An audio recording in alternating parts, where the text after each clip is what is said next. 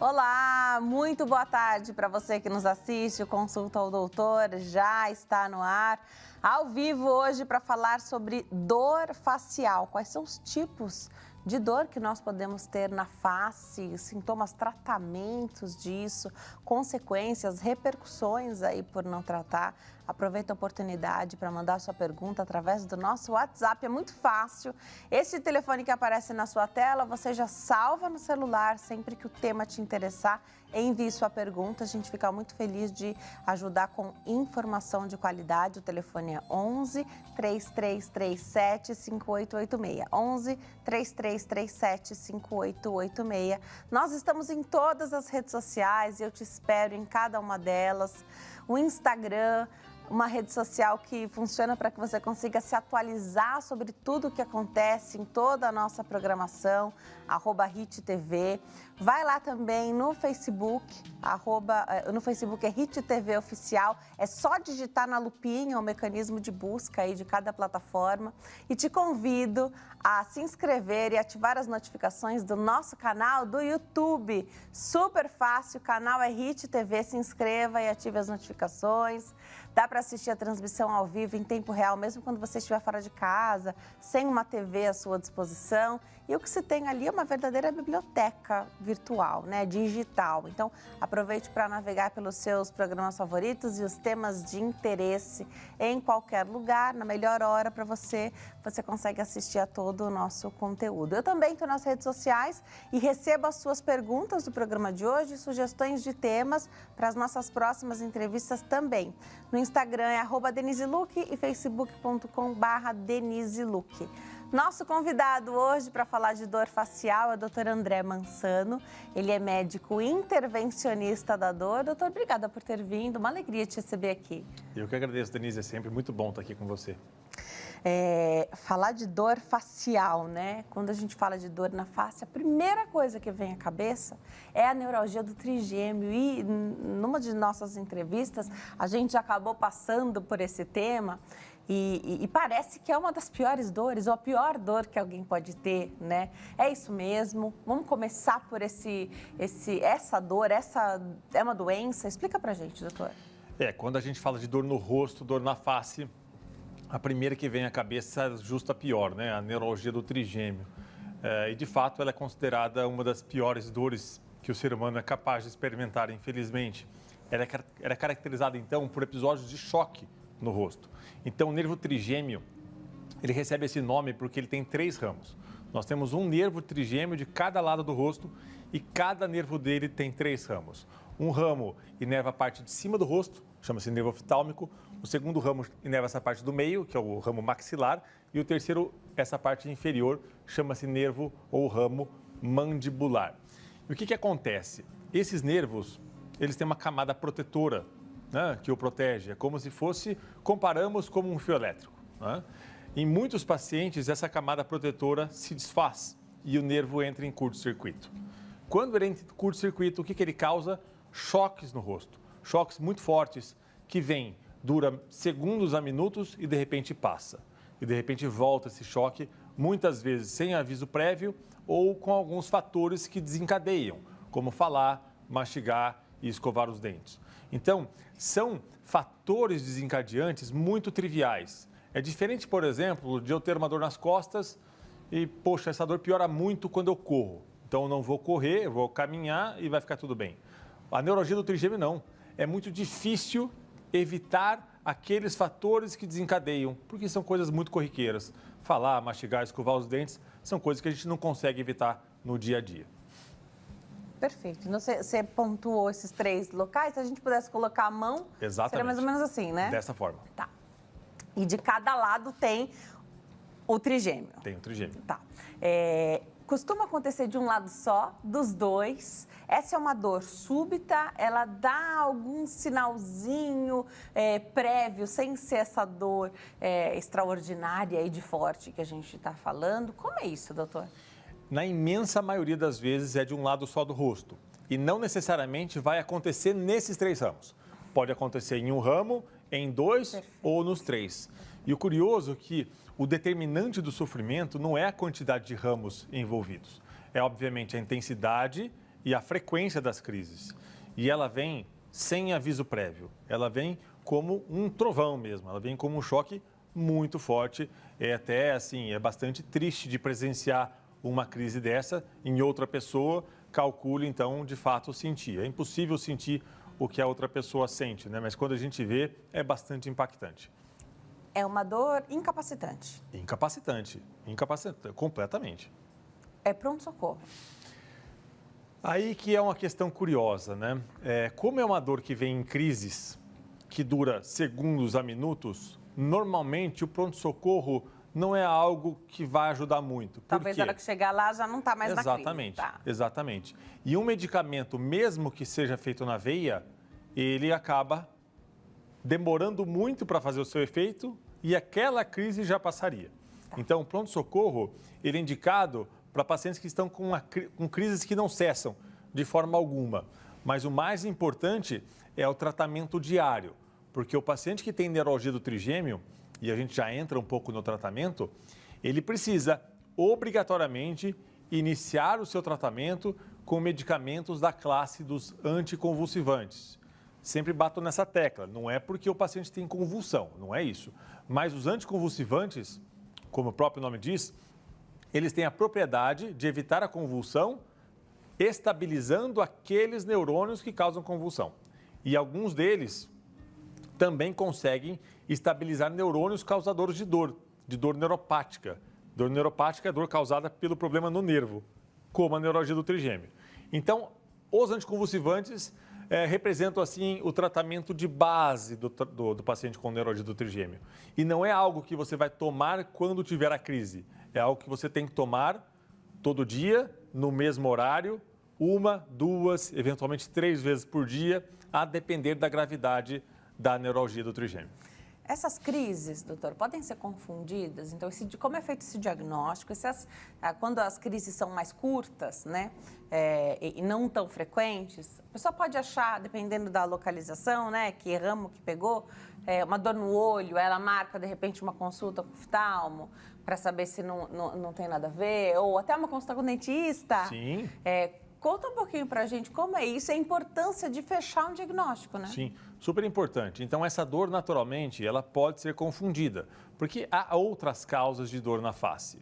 Então, por exemplo, um glaucoma, que é o aumento da pressão dos olhos, pode causar dor no olho, mas normalmente não é do tipo crise, é uma dor mais contínua. Um problema dentário da mesma forma. Então, é muito frequente eu receber no consultório pacientes com neuralgia do trigêmeo que retiraram eventualmente mais dentes, achando que a dor vinha dali.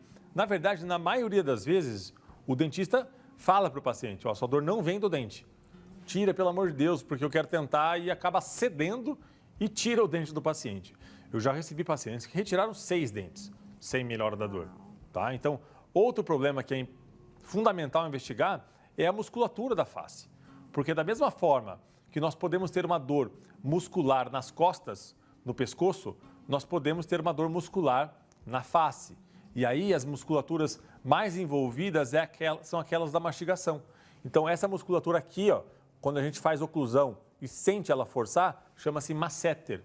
Ela pode estar contraturada, causando dor. Ou essa daqui que também, se vocês colocarem a mão em casa aqui e mastigar, vocês vão sentir uma musculatura aqui contraindo, que é o músculo temporal. Ela também pode causar dor, não só nessa região, como na cabeça. Então, o exame físico, a gente palpar essa região e sentir que isso dói, é muito importante para a gente começar a suspeitar mais de uma doença ou de outra. Né? O diagnóstico da neuralgia do trigêmeo, ele é clínico. Ele é feito através das características clínicas da doença. Os exames de imagem, exemplo, ressonância nuclear magnética, é importante?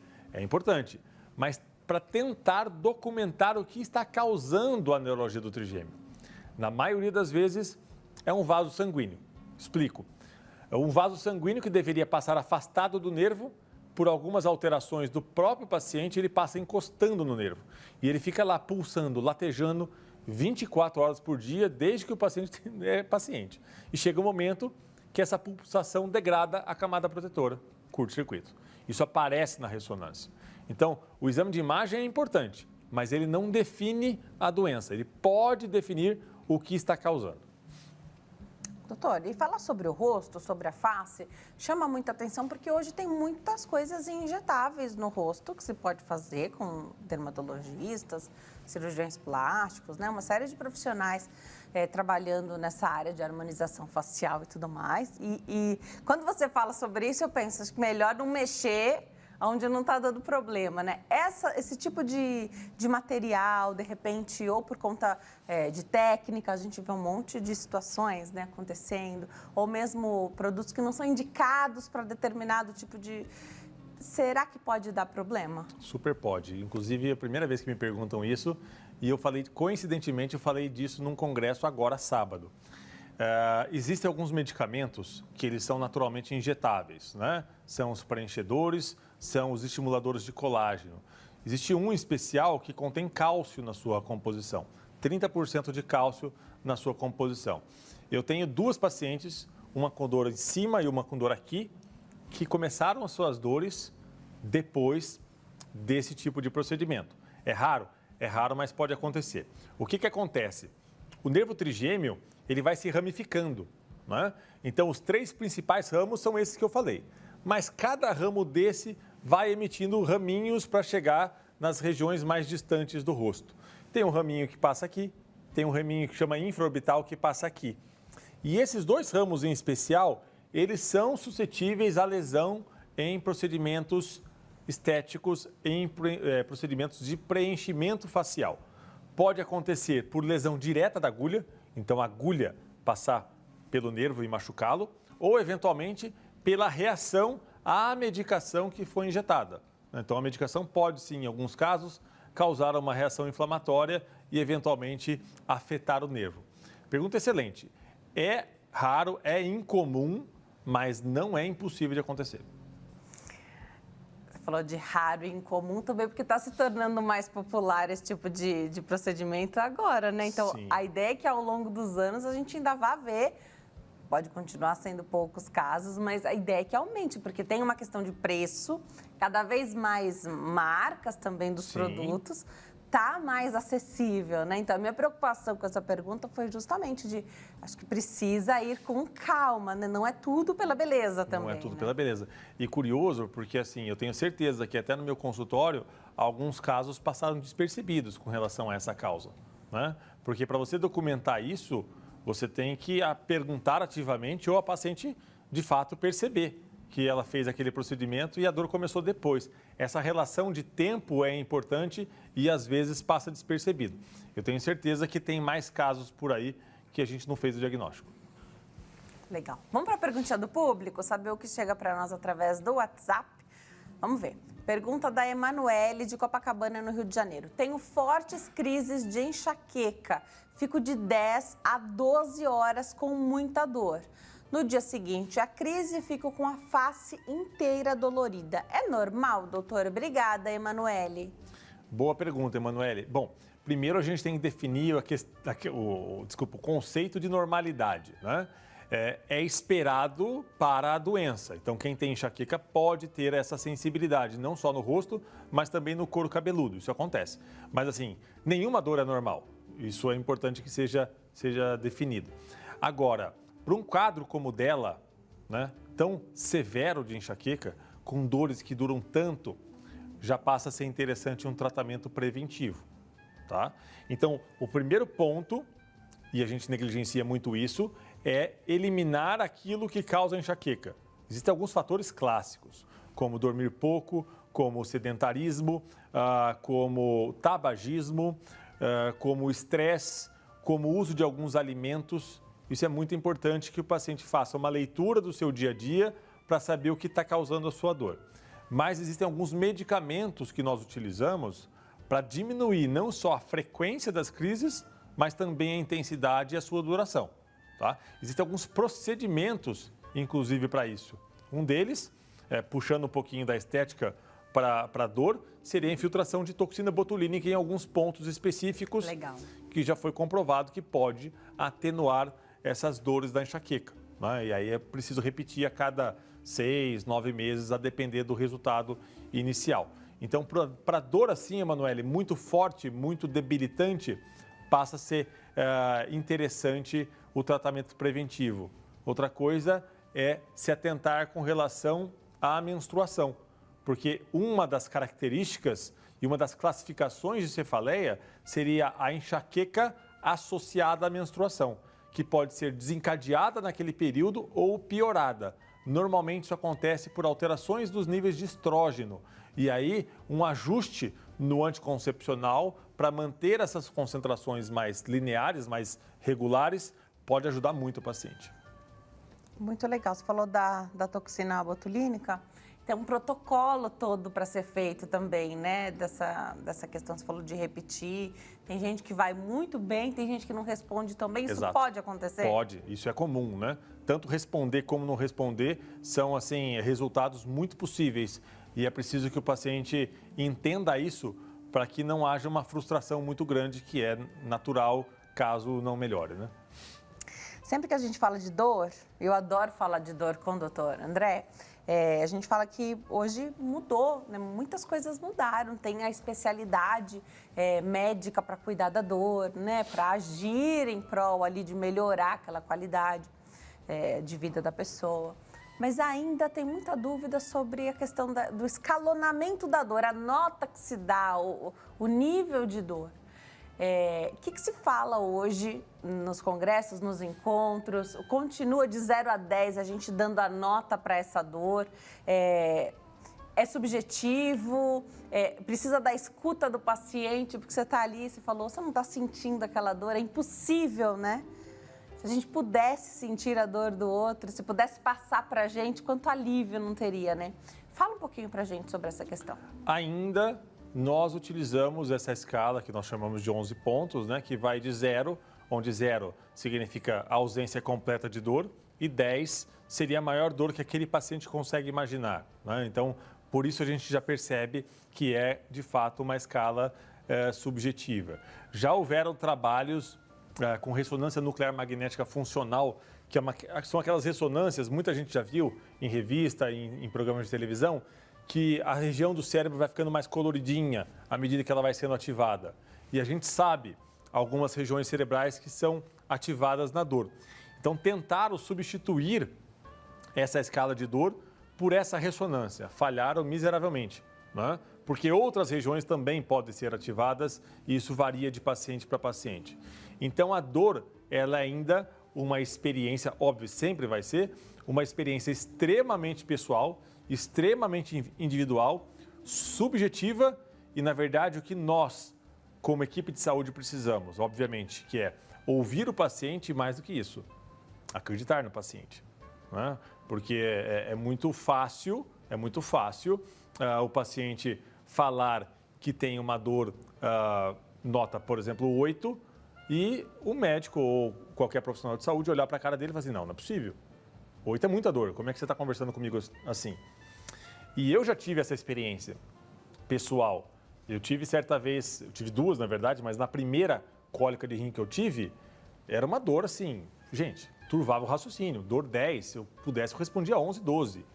E naquele momento, eu lembrei, não é possível que responderam para mim 10, assim, não sorrindo, mas falando normalmente, tranquilamente. Eu quero gritar aqui. Mas a dor crônica é diferente do que aquela dor aguda, momentânea. Tá. E, inclusive, a dor crônica ela tem um adicional de sofrimento além da intensidade da dor. Porque eu estava sofrendo aquela dor horrível, mas eu tinha certeza que ela ia passar. Absoluta. Tinha certeza, convicção. Ou eu vou expelir essa pedra, ou o urologista vai tirar, de algum jeito isso vai sair de mim. O paciente com dor crônica, ele já não tem mais essa certeza. Quando não, ele tem a certeza do contrário. Ele olha para frente e tem a sensação que ele vai viver para sempre com aquela dor. E isso quadriplica o sofrimento, né? A intensidade, o sofrimento e a forma com a qual ele sente a dor e com a qual a dor limita as coisas que, obviamente, ele gosta de fazer. Então, é muito importante a gente se atentar para isso também, essas diferenças de uma dor aguda, que é aquela dor curta, para uma dor crônica, que é aquela dor de longo prazo. Queria que você falasse um pouquinho da incidência de dor em homens e mulheres. Eu sempre te pergunto isso. E se tem alguma diferença para quando é dor no rosto, dor na face? Tá. Primeiro ponto, a gente tem a ideia de que mulher é mais resistente que o homem. É fato.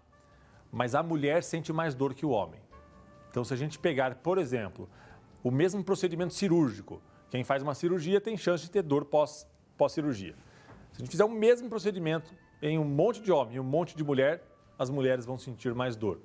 Mas é fato também, e está documentado em estudo científico, que o homem reclama mais que a mulher, porque nós somos mais patifes, a verdade é essa, tá? Então, a mulher tem uma sensibilidade maior à dor, mas ela acaba reclamando menos. Com relação especificamente à neuralgia do trigêmeo, ela é uma doença que vai aumentando a sua frequência à medida que o tempo passa. Então, é uma doença... Aumentando a frequência? Ela é mais frequente acima dos 60 anos. O que não quer dizer que jovens não possam ter, só é menos comum. Eu já recebi vários pacientes de 30 anos que falar que eu não tenho neuralgia do trigêmeo porque eu tenho 30 anos. Não, isso não é verdade. É mais difícil ter? É, mas é possível.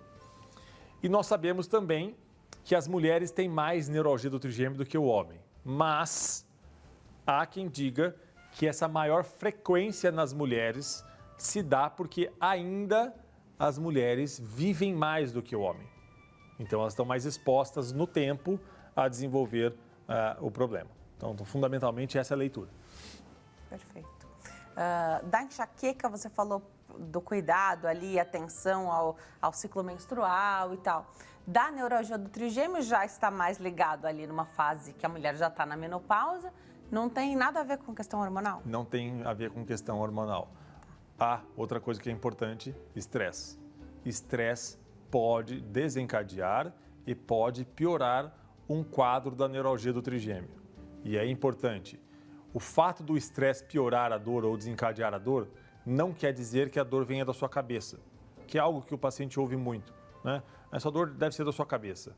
Não, o estresse piora muito todo e qualquer tipo de dor crônica, inclusive a neuralgia do trigêmeo. Eu já tive paciente que que a gente tinha agendado uma radiofrequência, que é um procedimento que a gente pode inativar o nervo trigêmeo. Então, quando o paciente tem uma dor que não melhora com nada, a gente tem várias boas estratégias. Uma delas é a radiofrequência, que é colocar uma agulha com o paciente dormindo, e essa agulha a gente coloca um eletrodo por dentro, liga a um gerador que emite uma corrente elétrica para inativar o nervo. Resultados fantásticos. A gente estava com isso agendado, paciente do Paraná, e me liga: doutor, não estou mais com dor, eu resolvi um problema judicial com o vizinho e até então não tive mais dor. Então, isso pode acontecer. Tirou o estresse, que era o fator, Tirou o estresse, né? Ótimo. Histórico familiar, doutor, é importante porque eu já ouvi alguns relatos de pessoas que têm na família, geralmente é a mulher que tem, né, que é mais frequente aí. Minha mãe tem a neuralgia do trigêmeo. E é muito difícil a convivência quando está em crise. Claro que está doendo, né? Todo mundo fica... imagina numa das piores dores que alguém pode sentir. A família sofre junto. Super. Aí uma questão, buscar o tratamento, então, às vezes impulsionado por essa família para encontrar o melhor tratamento. Às vezes, a dificuldade de um diagnóstico, eu não sei se você falou que o diagnóstico é clínico, e não é todo mundo que vai direto ao médico que é especialista em dor, né? Será que tem uma patinada até encontrar o diagnóstico? Ou, às vezes, uma resistência até da família mas nenhum exame deu neuralgia do trigêmeo. Tem essa patinada, muito por, obviamente, desconhecimento do diagnóstico por parte da equipe de saúde. E essa é uma pergunta que eu recebo muito: qual que é o exame que faz diagnóstico? Porque o paciente, ele quer ter o nome da sua doença escrita em um laudo, de uma ressonância, de uma tomografia ou coisa que o valha. Isso lhe dá segurança, é uma falsa segurança, mas lhe dá segurança.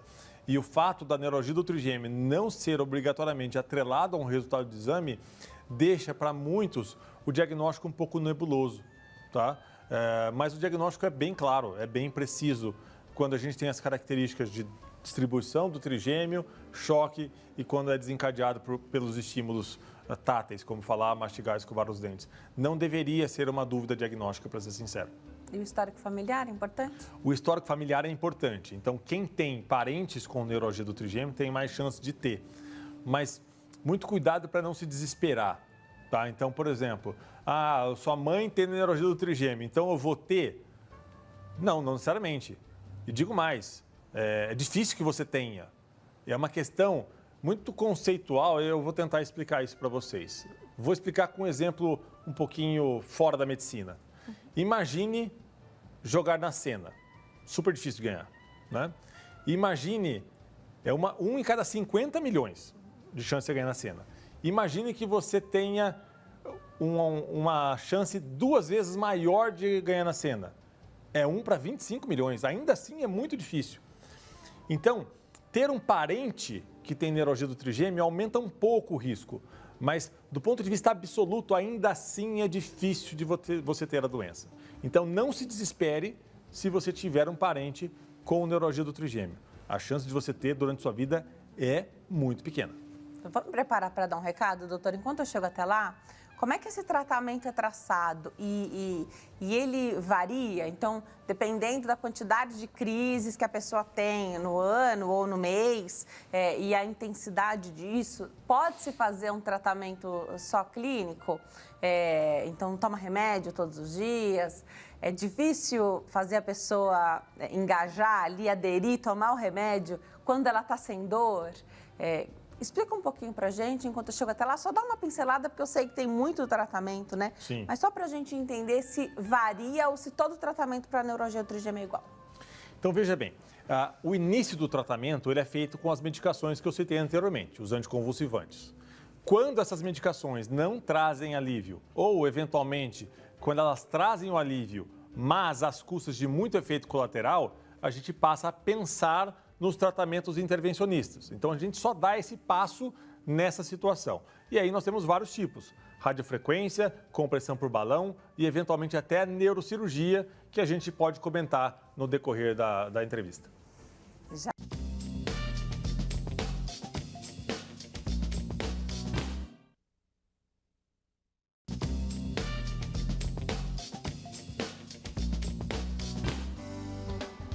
Nós estamos de volta hoje falando sobre dor no rosto, dor na face. Aproveita a oportunidade para enviar sua pergunta através do nosso WhatsApp. O telefone é 11 3337 5886. Nosso convidado é o Dr. André Mansano.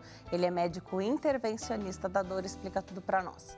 Antes de eu ir para o intervalo, doutor, você disse então que o tratamento ele é feito de acordo ali com a necessidade. São muitas opções, né? Algumas opções que estão disponíveis, inclusive cirúrgicas, né? Então, existe o tratamento medicamentoso, tem minimamente invasivo, que é o que para as pessoas, eu acho que dá um quentinho, né? Dá um conforto, porque não está tomando só remédio, que a pessoa não está respondendo, né? Se vai partir para o próximo degrau, porque ela não está respondendo ao tratamento unicamente ali medicamentoso. Mas aí também não é cirurgia. Que cirurgia dá mais medo, né? Dá mais medo. Conta o que tem disponível, então, que é minimamente invasivo, se é feito no consultório, se é feito em um hospital. Tá, então veja bem, nós temos sim, de fato, algumas linhas de tratamento. A linha minimamente invasiva, o que significa esse termo, né? Nós utilizamos esse termo minimamente invasivo quando não envolve uma cirurgia, corte ou coisas do tipo. Eles não demandam sequer internação, mas não é possível que se faça no consultório. Nós temos principalmente 2 exemplos, a radiofrequência e a compressão por balão. Em ambos os procedimentos, o paciente dorme, tá? Ele tem que ser feito no centro cirúrgico, embora não seja uma cirurgia, porque a gente usa os recursos da anestesia para o paciente dormir e usamos também um aparelho de raio-x digital para localizar a região do nervo trigêmeo. Então, com o paciente dormindo, eu coloco uma agulha dentro do nervo trigêmeo. E aí eu tenho 2 opções. Opção número 1, radiofrequência. Por dentro dessa agulha, eu coloco um eletrodo. Esse eletrodo é ligado a um gerador de radiofrequência que emite uma corrente elétrica, cujo objetivo é inativar o nervo. Então, o objetivo aqui é inativar o nervo trigêmeo. A segunda possibilidade, por dentro dessa agulha, eu coloco um catéter. Esse catéter tem um balão específico na ponta. Eu insuflo esse balão. Insuflando esse balão, eu comprimo o nervo, onde ele passa lá no cérebro. E essa compressão causa uma falta de sangue transitória no nervo. Essa falta de sangue tem como objetivo inativar o nervo também. Depois eu retiro. Nos 2 procedimentos, eu tiro o eletrodo, tiro a agulha, tiro o balão, nada fica no paciente. A outra possibilidade, que é para aqueles pacientes que têm a compressão pelo vaso sanguíneo, é a neurocirurgia. Então, a incisão é feita atrás da cabeça, é dissecado, é chegado lá na região, através do cérebro, onde tem o nervo trigêmeo, separa-se o nervo da artéria e coloca-se uma esponjinha no meio. Já é um procedimento mais agressivo, é um procedimento que demanda muitas vezes uma internação em UTI. Como que nós escolhemos minimamente invasiva ou cirurgia? Depende muito do risco da cirurgia. E aí nós levamos em conta fundamentalmente 2 coisas. A idade do paciente e se o paciente tem doenças ou não, como pressão alta, diabetes, problema no coração, arritmia. Quanto mais idoso o paciente e quanto mais doenças ele tiver, menos a gente vai pensar em cirurgia, porque daí começa a ficar um pouquinho arriscado demais. Agora, se o paciente for jovem e não tiver doenças associadas, a cirurgia pode ser uma excelente opção. Legal, muito bom. Então tem opção, precisa fazer o diagnóstico e a partir daí um acompanhamento. Para quem tem a neurologia do trigêmeo, o que é esperado? O que é o sucesso no tratamento? A ausência de crises ou o espaçamento dessas crises, a diminuição do nível da dor na crise? A ausência de crises. Tá. É isso que a gente quer. Ausência E é isso que a gente consegue na maioria dos pacientes. Né? Tá. A ausência total de crises. Isso que a gente quer, isso que a gente consegue. E o paciente precisa te ver? Você quer ver esse paciente de quanto em quanto tempo? Olha, o paciente com neurologia do trigêmeo, quando ele resolve a sua dor, para mim, a doença dele naquele momento acabou. Né?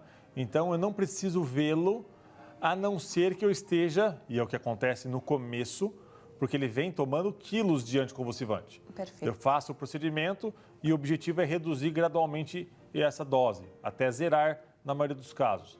Então, enquanto isso, nós temos alguns retornos que são necessários. Depois disso, ele segue a vida e eu te falo, me liga se acontecer qualquer coisa, me grita que eu estou à disposição. Né? Muito legal.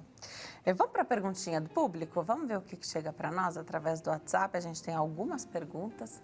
Marcos, de Lusiânia, Goiás. Fiz um canal no dente. Sinto muita dor no local do canal e na face. O que pode ser, doutor? Boa pergunta, porque até no começo do programa a gente falou, né? Às vezes a pessoa tem uma dor na face aqui, na região mais baixa, a boca, vai ao dentista. Exato. Nós temos fundamentalmente 2 possibilidades aí. Primeira possibilidade, você tem uma dor que não tem nada a ver com esse canal e esse canal foi feito e obviamente não melhorou a dor porque a dor não vinha dali, tá? Então pode ser uma neurologia do trigêmeo? Pode. Pode ser um problema da disfunção temporomandibular? Também pode. A segunda possibilidade seria uma dor causada pelo procedimento dentário.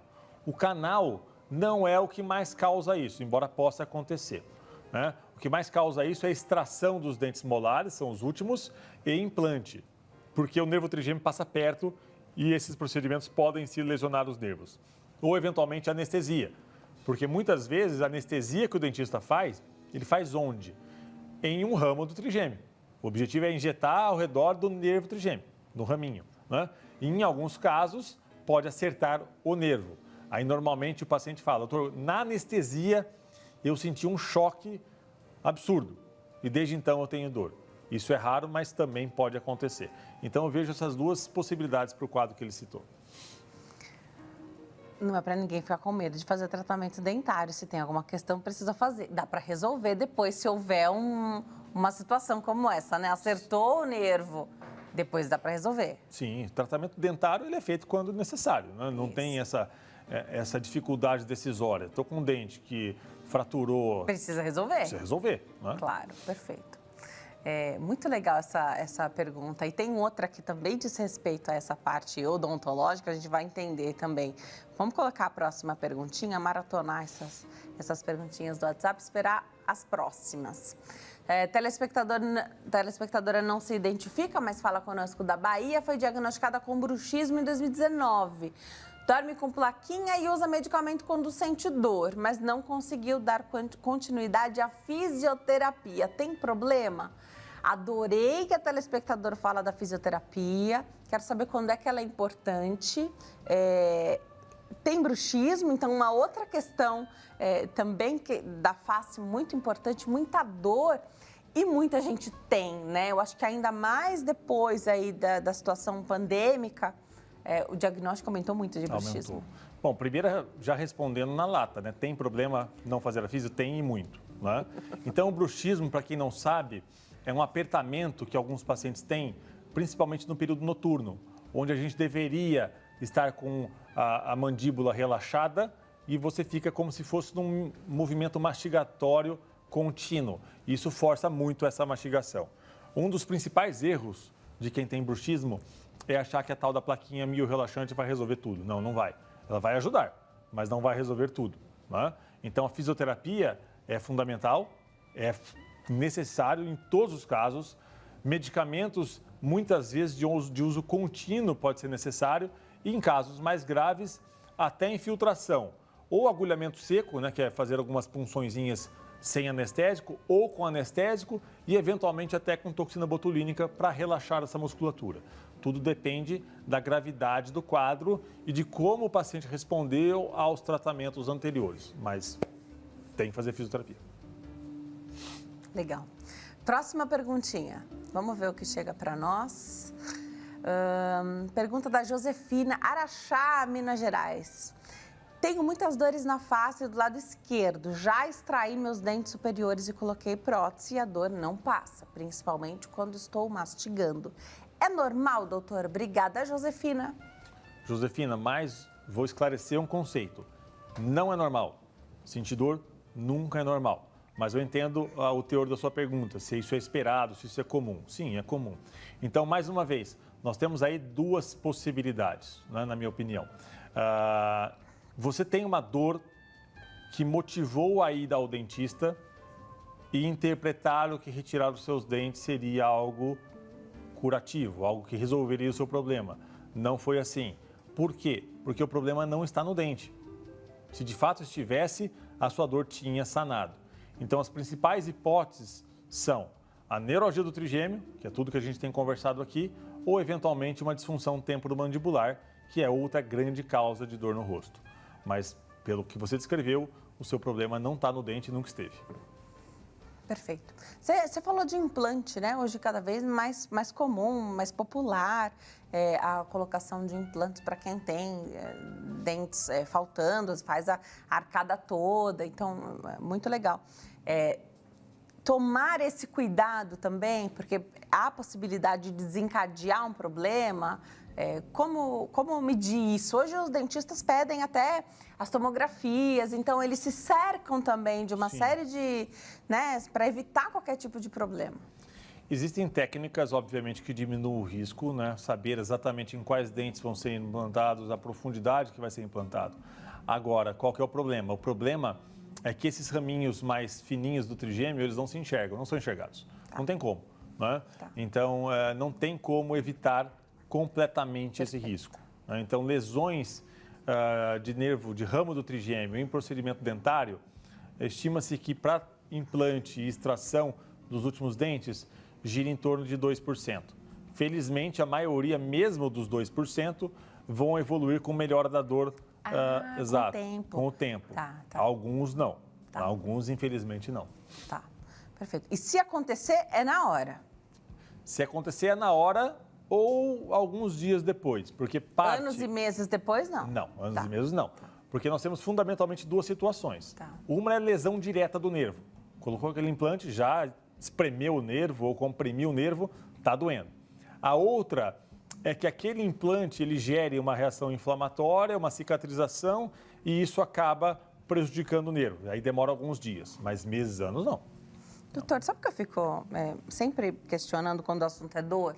É difícil descrever uma dor, não é? Então, precisar a localização dessa dor. E eu vejo você bastante, né, o pessoal questiona, quer saber, assim como a gente está fazendo aqui hoje, através da pergunta do público. É difícil, né? tá doendo o quê? O dente? Que região que dói? Não é difícil isso? É muito difícil, é muito difícil. Às vezes eu sempre pergunto isso, né? As características da dor do paciente, e eu vejo que ele começa a pensar, eu falo, eu sei, não é fácil. Pode parecer fácil, mas não é, né?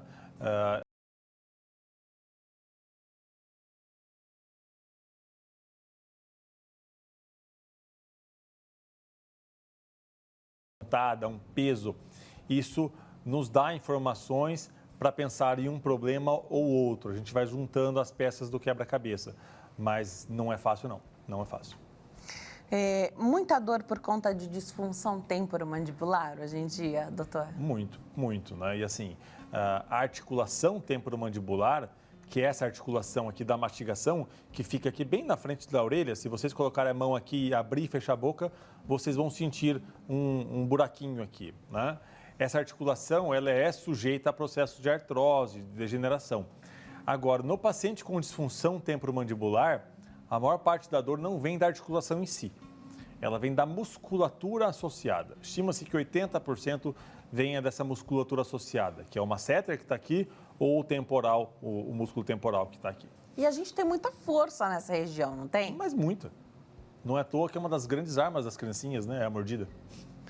E aí, então, você falou da toxina botulínica, isso pode ser utilizado para reduzir um pouquinho essa força, aí reduz um pouquinho a pressão, o peso, né, que é feito aqui na articulação? Isso, mas esse tratamento, ele não é feito de forma corriqueira para todo mundo.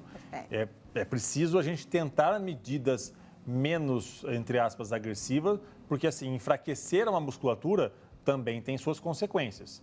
Então, a gente faz isso somente quando os tratamentos menos invasivos não têm resultado. A plaquinha é uma dessas alternativas? É, com certeza. Todo paciente com DTM a gente acaba indicando a plaquinha, só que ela não é suficiente em todos os casos. Né? E dá para curar? Dá sim, dá sim. Tinha bruxismo, agora não tem mais? Tem, isso é frequente até. Isso é frequente. Aliás, o bruxismo tem uma relação com estresse, assim, absurda. Então, fazer o manejo do estresse também. Mas aí a gente está falando de um trabalho multidisciplinar, então. Totalmente. Do médico especialista em dor, do dentista, porque às vezes tem tratamento ortodôntico que precisa ser feito para ajustar aí a mordida, né? A distribuição ali dos dentes e do toque deles. E também um trabalho com psicoterapia. Totalmente. É multidisciplinar, com certeza. Tá. Em alguns casos mais graves, temos cirurgia da ATM, né? Mas aí são casos extremamente selecionados. Extremamente. Quando você falou de artrose, né? Quando você tem mesmo um desgaste ali, aí Exato. É cirúrgico. E o ideal é que não chegue até lá, né? Mas seria o ideal, com certeza. E a gente vive cada vez mais, doutor. Então, o que a gente tem que se preparar hoje para nos manter, né, bem até, sei lá, 8ª, 9ª década de vida.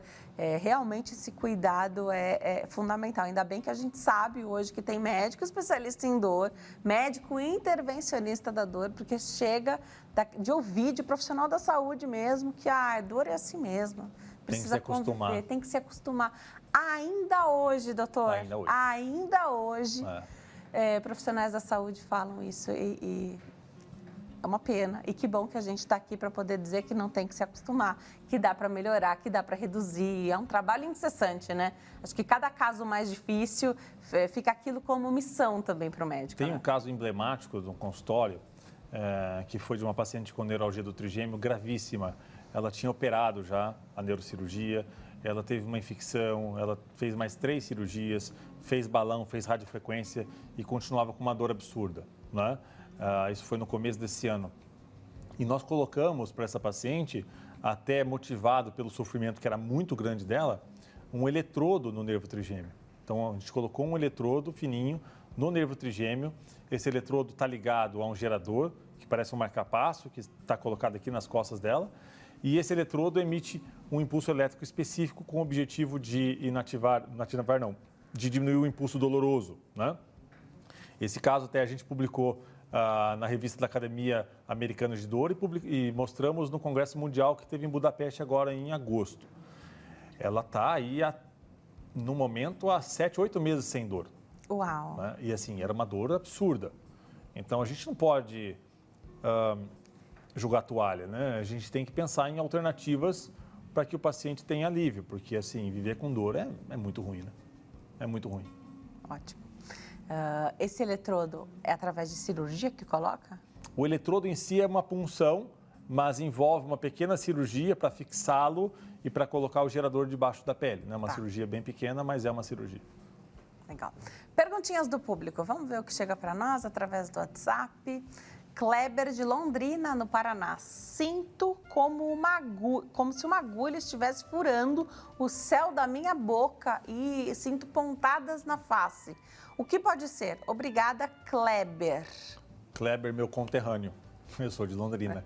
Kleber, a descrição sua, ela é muito compatível com neuralgia do trigêmeo. Então, essas agulhadas esporádicas na face, eventualmente na boca, eles podem ser, de fato, de neuralgia do trigêmeo. Existe uma outra entidade chamada neuralgia do glossofaríngeo, que é outro nervo, que ela vai doer principalmente na garganta e na parte lá do fundo da língua. Então, a inervação da língua é dividida. A parte de fora dela, a gente chama de 2/3 anteriores, né? A parte mais perto da boca em si, é o trigêmeo, e a parte mais perto da garganta é esse glossofaríngeo, um nervo diferente. É muito mais raro do que a neuralgia do trigêmeo, mas pode acontecer. Então, dores na garganta e na base da língua, lá perto da garganta, podem ser do glossofaríngeo. Muito legal. Muito legal saber sobre isso e fazer o paciente buscar, a pessoa buscar um tratamento, né, doutor? Primeiro buscar o diagnóstico, depois o tratamento. Dentistas, então quando você fala dos congressos e muita coisa relacionada com a boca, né?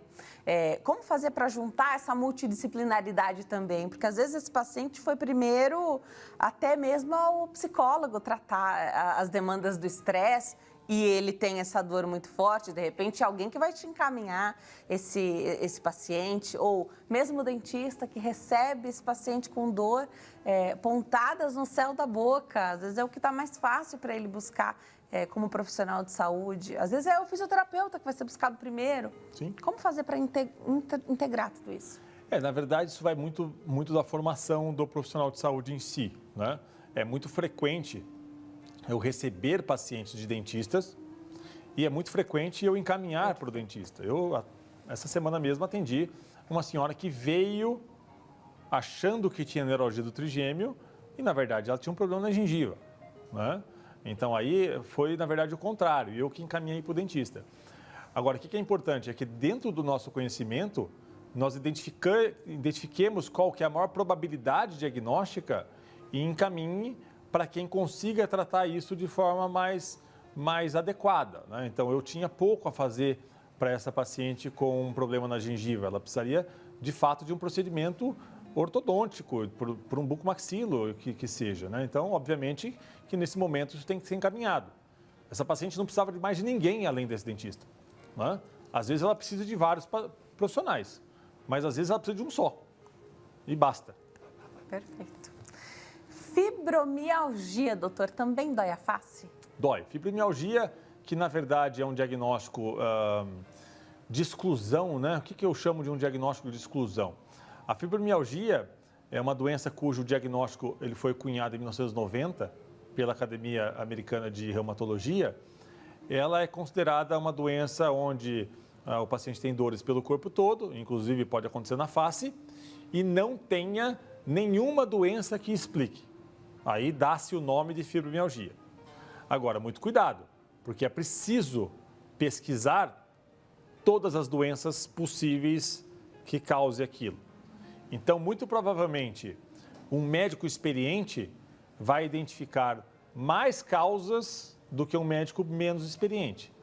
E é muito provável que uma paciente que tenha, entre aspas, fibromialgia hoje, talvez daqui a 10 anos não tenha, porque tenha sido descoberta uma doença específica que tenha causado aquilo. O que significa que ela nunca teve fibromialgia. O que pode significar que ela nunca teve, né?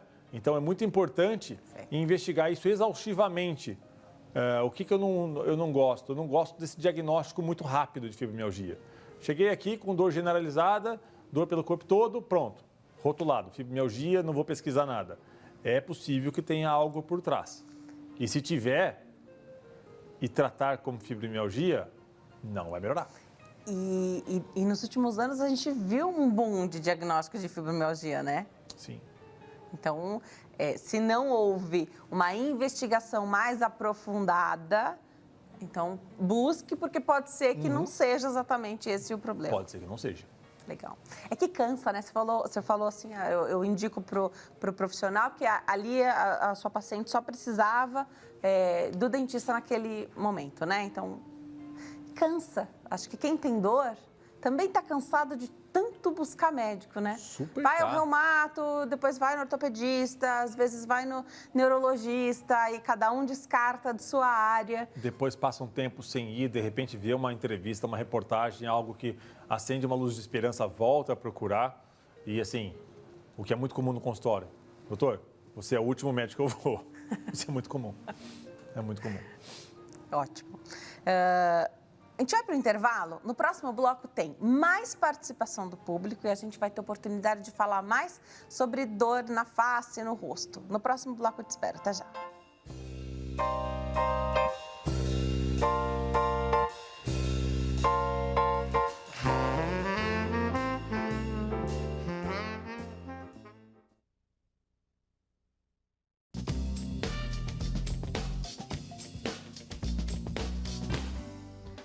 Nós estamos de volta. Hoje o Consulta ao Doutor fala com bastante leveza sobre um assunto que é chato de sentir, que é dor no rosto, dor na face.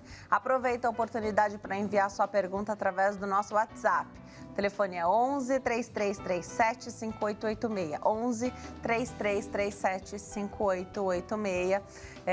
Tem perguntinha do público já para esse bloco. O doutor André Mansano é o nosso convidado, médico intervencionista da dor. Vamos já colocar a perguntinha do público na tela. Último bloco do consulta, ainda dá tempo da sua pergunta. Neiva, de Belo Horizonte, Minas Gerais. Tenho várias crises de dor no ano. Dói o rosto, a cabeça e a orelha. Já tomei várias medicações, mas mesmo quando melhora, a dor não passa. Só de encostar no rosto dói muito. O que eu posso fazer para melhorar a dor? Quando estou com crise, não consigo fazer nada. Obrigada, Neiva, pela sua pergunta. Boa pergunta, Neiva. Então, assim, o nervo trigêmeo, ele inerva o rosto, tá? Essa inervação, ela vem até aqui na orelha, aqui na parte da frente da orelha. Ela sobe aqui pela testa e chega até mais ou menos no meio da cabeça, né? Então, esse ramo superior vem até aqui. Então, esse quadro que ela descreve, ele é compatível com neuralgia do trigêmeo, né? E aí é aquilo que nós falamos. É preciso tomar as medicações específicas para isso, os anticonvulsivantes específicos para isso e evoluir no tratamento caso e somente caso os medicamentos não tragam alívio ou, eventualmente, que causem muitos efeitos colaterais. Mas, assim, do ponto de vista decisório, primeiro, claro, determinar se o diagnóstico é esse mesmo. Se for, começar com anticonvulsivante, não melhorando, procedimentos intervencionistas. Essa é a linha. Você falou de efeito colateral do remédio, né? O que pode acontecer de efeito colateral, que é mais comum? Nós temos quantas horas? É muita coisa, né? É muita coisa, mas vamos lá. Esses anticonvulsivantes, cujo principal medicamento para neuralgia do trigêmeo chama-se carbamazepina, tá? Não tem problema em falar, obviamente não tomem sem indicação, inclusive precisa de receita carbonada retida na farmácia. É um medicamento que tem muito potencial de efeito colateral, em especial sonolência, tontura, então o paciente fica um pouquinho fora do ar. Alguns efeitos colaterais mais graves, como a diminuição de um íon no sangue chamado sódio. Isso pode ser bastante grave. Eu tive uma paciente que já foi para a UTI por conta dessa medicação. É um efeito colateral um pouquinho menos comum, né? Lesões de pele, problemas no fígado. Então, quem toma carbamazepina não pode beber em hipótese alguma, né? Mas, assim, a lista de efeito colateral é bastante vasta, Então, para iniciar um tratamento com esse remédio, você precisa de um acompanhamento ainda mais próximo aí. Mais próximo, e a gente sempre começa com uma dose pequena e vamos aumentando gradativamente, porque isso diminui a incidência de efeito colateral. Então, faz devagarzinho para começar e na possibilidade de depois ir retirando, se tiver a possibilidade, se fizer um outro procedimento depois, também é devagarzinho. Exatamente. Tá. Mais uma perguntinha do público. Vamos colocar na tela para saber o que chega até nós. Delcenira, de Esmeralda, Minas Gerais. Tenho dor no rosto, que é mais acentuada no lado direito. Começa no peito e sobe pelo rosto. O que pode ser? Obrigada, Delcenira. Veja bem, isso não tem a menor possibilidade de ser neuralgia do trigêmeo, não é? Primeiro, porque o peito, obviamente, essa região, se ela está falando peito aqui, obviamente está, não tem relação alguma com o nervo trigêmeo. E também a neuralgia do trigêmeo, muito pouco frequentemente, vai doer dos dois lados, né? E aí eu penso mais em uma questão muscular. Eventualmente, nós temos musculaturas que saem aqui do rosto e da orelha aqui e desce até o peito aqui, que é a musculatura do esternocleidomastoide. Eu penso mais em uma questão muscular, mas aí é preciso examinar, porque, para ser sincero, é um quadro bastante atípico, bastante incomum. Certo. Mais uma perguntinha do público, vamos ver o que chega até nós através do WhatsApp. Esse é o último bloco, ainda dá tempo. Edna, de Salvador, na Bahia. Eu tenho umas pontadas do lado da cabeça, parece que está dando uns choquinhos. Tomo remédio para dor, mas é difícil passar. O que faço? Obrigada, Edna. Edna, dores do lado da cabeça em choquinhos, eu interpreto que você esteja falando desta região aqui. E aí nós temos algumas possibilidades. Neuralgia do trigêmeo, pouco frequente que atinja só essa região. Normalmente ela vem para o rosto mesmo, né? O mais comum seria um problema na articulação temporomandibular, porque o músculo temporal, que tem relação com essa articulação, ele é um músculo grande, fino e grande, que ele pega toda essa região aqui, né? Então aí o tratamento fisioterapêutico é interessante, relaxantes musculares são interessantes, às vezes anti-inflamatórios e, eventualmente, procedimentos como infiltrações nessa região muscular.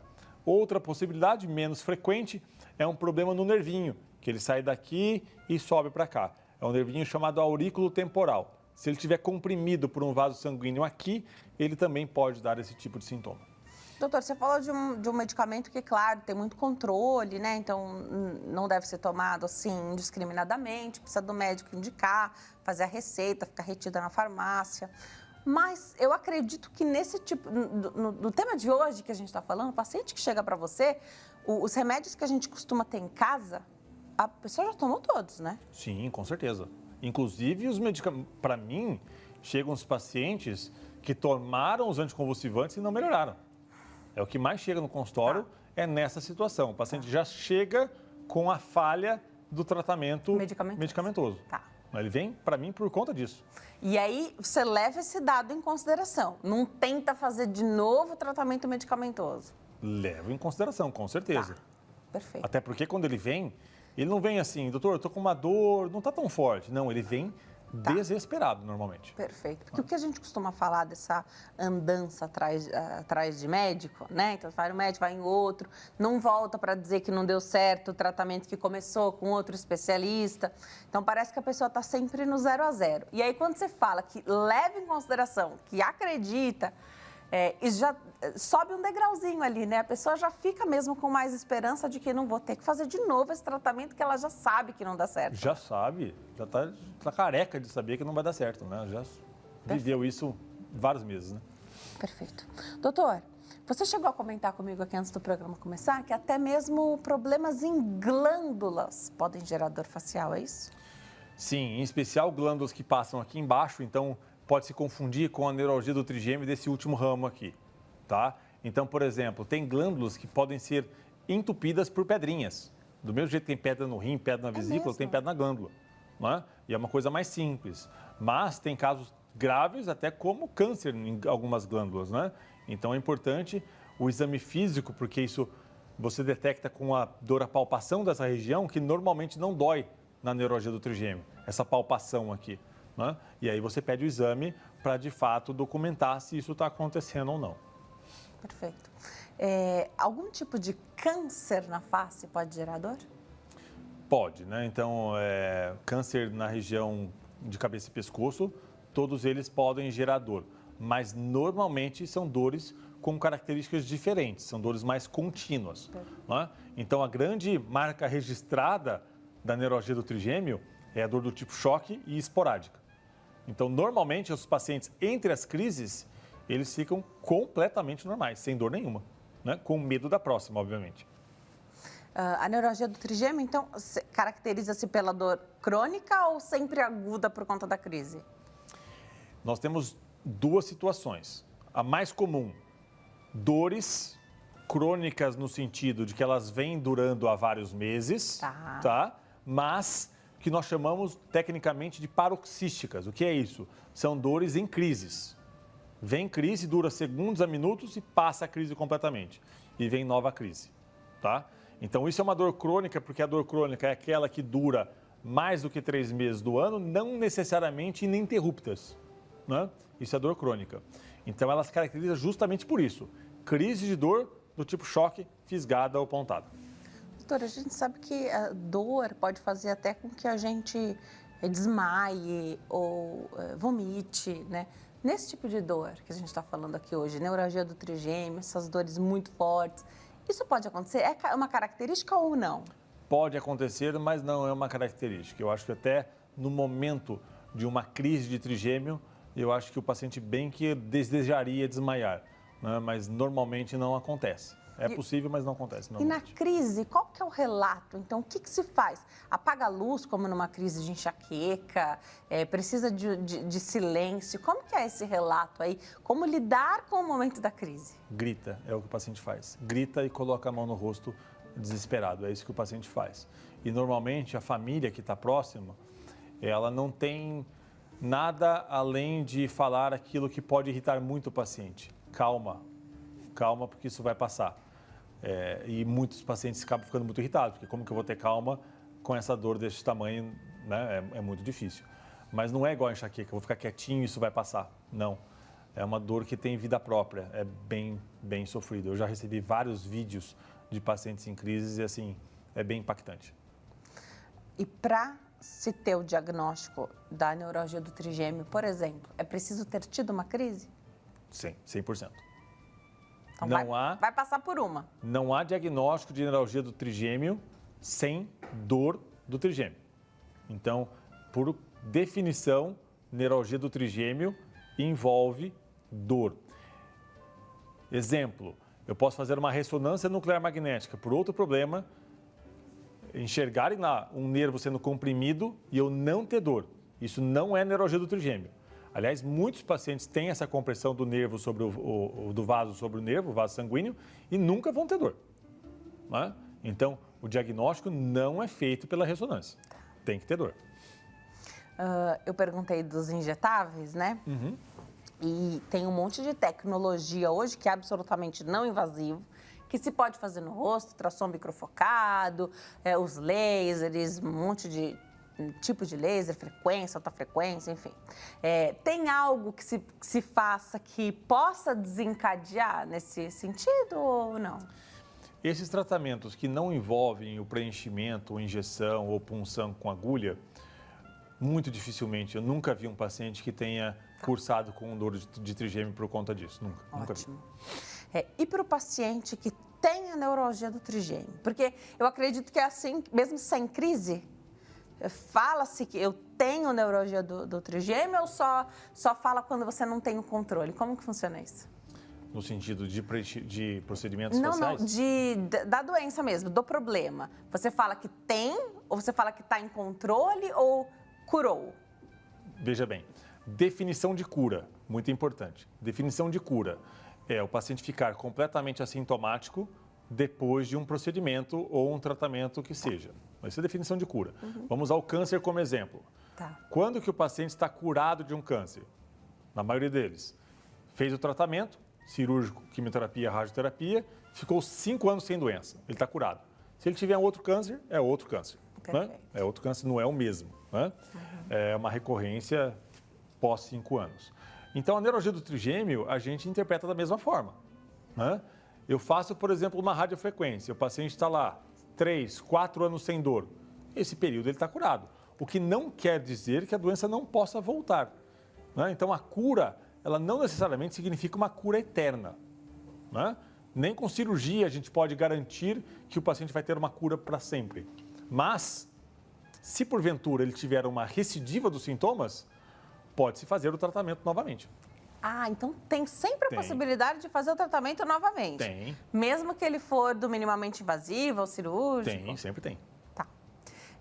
E de contraindicações? Paciente que tem ou teve neuralgia do trigêmeo, está contraindicado fazer algum tipo de procedimento? Desde o estético até tudo que a gente possa imaginar, de repente até um implante?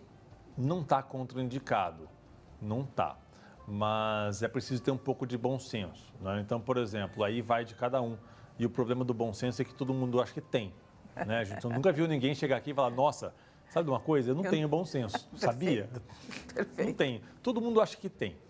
Então, se o paciente tem uma dor no rosto desencadeada por algum problema no trigêmeo, é interessante ele evitar qualquer procedimento no rosto, tá? Quando ele não vai evitar? Quando ele precisar não evitar. Então, se ele tem um procedimento dentário para fazer, porque se ele não fizer esse procedimento, algo de ruim vai acontecer, ele tem que correr esse risco. Claro. Não que o risco seja alto, mas eu acho, como diria minha mãe, procurar sarna para se coçar, por exemplo, ter uma neuralgia do trigêmeo e fazer um procedimento de preenchimento, por exemplo. Eu acho. Legal falar sobre isso. Legal falar sobre isso, porque é o que as pessoas hoje vêm fazendo muito, e às vezes até antes mesmo de receber um diagnóstico. Né? Então, tá buscando e não recebeu o diagnóstico ainda. E acabam arriscando, enfim. Legal. Também contar para o médico que está ali na sua frente, né? Da outra especialidade, não tem problema, trata-se de um médico também. Sim. Né? Ou profissional de outra especialidade, que esses procedimentos estéticos podem ser feitos por outros profissionais, então contar para eles, porque também é uma maneira de garantir ali a melhor técnica, né? O cuidado, de repente, enfim. Agora, doutor, quando você fala do tratamento, o que você precisa da neuralgia do trigêmeo, tá? Para marcar um dia para fazer o procedimento minimamente invasivo eleito por você, então, para aquele paciente. O que você precisa? De exames? Que tipo de planejamento se faz? Estão pensando em alguém que vai falar, bom, então eu vou precisar o quê? De um dia do trabalho? Vou precisar me ausentar um período? Sim. Bom, os exames necessários nós documentamos de acordo com o paciente em questão. Tem pacientes que não precisam de nenhum exame se ele não tiver sinal de nenhuma doença. Perfeito. Os pacientes que têm doenças, normalmente, ele já vem com exames. O diabético, ele vem com eletrocardiograma, porque ele acompanha, ele vem com os níveis de açúcar no sangue já no exame de sangue e tudo mais, né? É muito importante nós vermos o que o paciente toma de medicamento, porque tem medicamentos que afinam o sangue, que eles precisam ser suspensos antes de um procedimento como esse. Há medicamentos que precisam ser suspensos 1 dia, 2 dias, até 1 semana antes, a depender de qual tipo de medicamento. Com relação à logística, normalmente o paciente ele é admitido ao hospital, faz o procedimento e horas depois volta para casa, né? Então ele teria condições de retorno às atividades normais até no dia seguinte, salvo qualquer problema que ele tenha no procedimento. Se precisar da cirurgia mesmo? Aí vai 1, 2 semanas, né? Com certeza. Aí precisa um planejamento um pouquinho maior. Muito maior. Do minimamente invasivo, você fala de anestesia. É uma anestesia mesmo ou é uma sedação? A radiofrequência, ele é feito com uma sedação leve, tá. O paciente não sente nada. O balão, ele é feito com uma anestesia geral, né? Há um questionamento, há medo sobre a anestesia geral? Superar esse questionamento, e curioso que entre nós médicos, né, principalmente, esse medo já não se justifica mais, né? Então, nós temos muito medo da anestesia por histórias do passado, onde não haviam especialistas anestesiologistas, onde um anestesiologista não especialista acabava tomando conta do centro cirúrgico inteiro, então ele não estava do lado do paciente, onde os fármacos anestésicos eram mais precários e onde não havia uma monitoração adequada. Hoje, gente, o anestesista, ele é um intensivista que fica do lado do paciente o procedimento todo. A incidência de complicação anestésica hoje é extremamente baixa, extremamente baixa. Ótimo. E claro que hoje a gente falou aqui de dor na face, dor no rosto, mas você trata também dor em outras partes do corpo, né? Então, o que vem mais hoje para você, para a gente encerrar esse bate-papo? Hoje, no meu consultório, a principal causa é dor lombar, porque a frequência de dor lombar é muito alta. E a segunda queixa mais frequente no consultório, mas porque eu me especializei muito nisso, é a dor na face. De fato, é a segunda queixa mais frequente, são dores na face.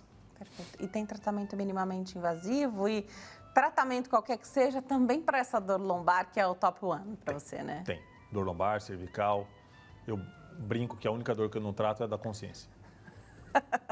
Ótimo, adorei. Doutor, vou deixar aqui os seus contatos, a gente vai caminhando para o final do bate-papo. O site é doutorandremansano.com.br, doutorandremansano.com.br. O Instagram é @doutorandremansano, @doutorandremansano. Depois do início aí da pandemia, março de 2020, muita gente ainda não voltou às consultas médicas, fazer check-up, às vezes está aguentando uma dor aí, sem necessidade de aguentar sozinho e nessa intensidade, porque ainda não voltou à vida normal, né? Que recado você dá para quem está em casa nessa situação? De repente a família disse, é melhor acostumar, porque isso não tem mais jeito, e na verdade a pessoa não buscou ainda um especialista, né? Não, nunca se acostume com dor.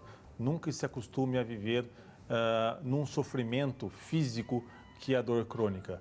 Nós temos cada vez mais recursos para minimizar dores de qualquer causa, tá? E cada vez surgem mais. Então, se você tentou um tratamento, frase muito comum, eu já tentei de tudo. Isso é muito comum nas minhas redes sociais. Eu respondo, eu não sei exatamente o que você chama de tudo, mas eu duvido muito que tenha sido, entre aspas, tudo, né? Então é muito importante uma avaliação, porque sempre nós temos uma alternativa a oferecer. Convênio cobre esses procedimentos minimamente invasivos? Cobre. Cada tipo ele é preconizado por aquilo que a gente chama DUT da ANS. Então, por exemplo, os tratamentos para trigêmeo são de cobertura obrigatória. Todos eles. Perfeito. Eu adoro te receber aqui, doutor, aprendo sempre muito. Volte outras vezes, sempre uma alegria. Doutor, muito atualizado. Para quem acompanha ele nas redes sociais, e fica aqui então o Instagram para que você também acompanhe, @doutorandremansano. Tudo que é congresso, o doutor tá no mundo todo. Agora com a volta da possibilidade também de viagem, exatamente. De viagem, de fazer isso de maneira presencial. Te agradeço muito por vir aqui nos atualizar também. Volte sempre, doutor. Volto mesmo, adoro estar aqui. Obrigada, viu? Bom fim de tarde. Obrigada a você que escolheu ficar bem informado aqui conosco. Uma excelente semana para nós e eu te vejo amanhã. Tchau.